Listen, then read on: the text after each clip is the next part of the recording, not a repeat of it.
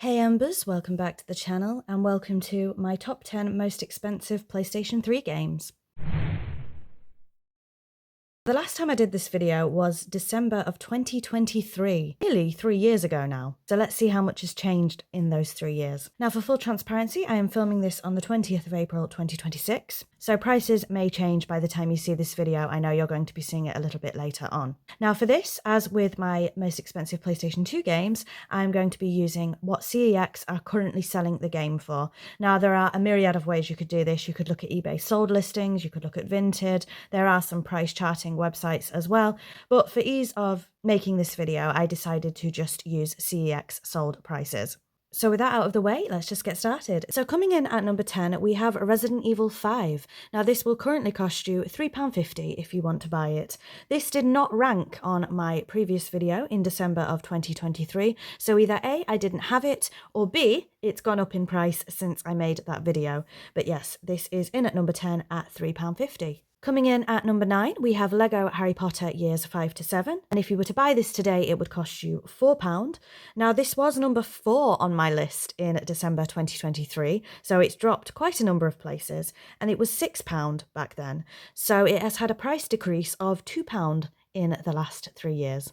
You will see some increases and decreases as we go on. Coming in at number 8 then, we have The Sims 3 at £4. This was also number 8 3 years ago, and there has been absolutely no change. In at number 7 is Batman Arkham Origins. This is the only Batman Arkham game on the PlayStation 3 that is actually on this list. The other two are quite a bit cheaper.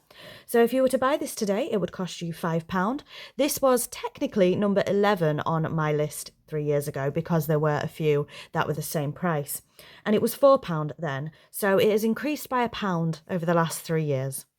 Coming in at number 6 then is a new entry, Call of Duty World at War. For some reason this has shot up in price. So 3 years ago this did not make my list because it wasn't worth anything. Now at CEX for some reason it is worth £5. Can somebody tell me how this went from being worth probably a penny to £5 in 3 years? I have absolutely no idea. But this will now set you back £5 if you want to buy Call of Duty World at War. In at number 5 then, and at the halfway point, we have Harry Potter and the Deathly Hallows Part 1. Now this will currently cost you £5 again. This was in place number 7 3 years ago, and there has been no change in price. It was also £5 back then.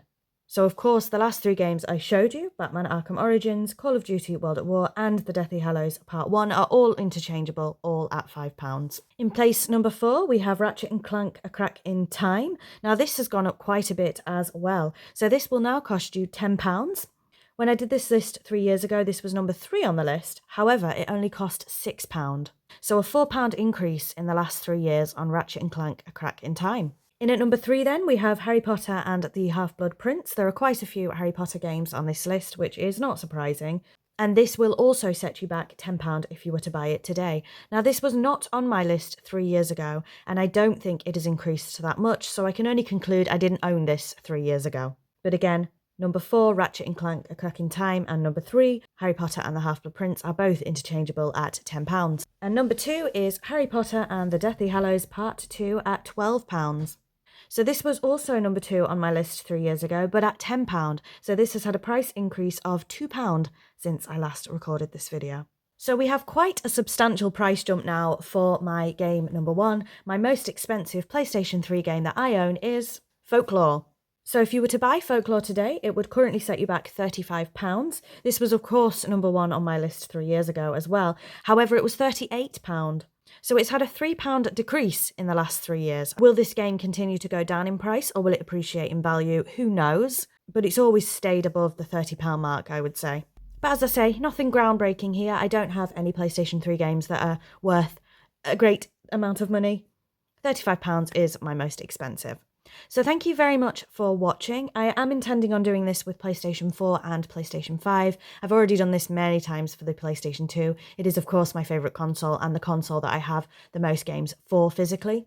So I will be carrying this series on, and we can also do it for Xbox, any Microsoft games, and Nintendo properties as well if you would like. So thank you very much for watching, and until next time, bye Embers.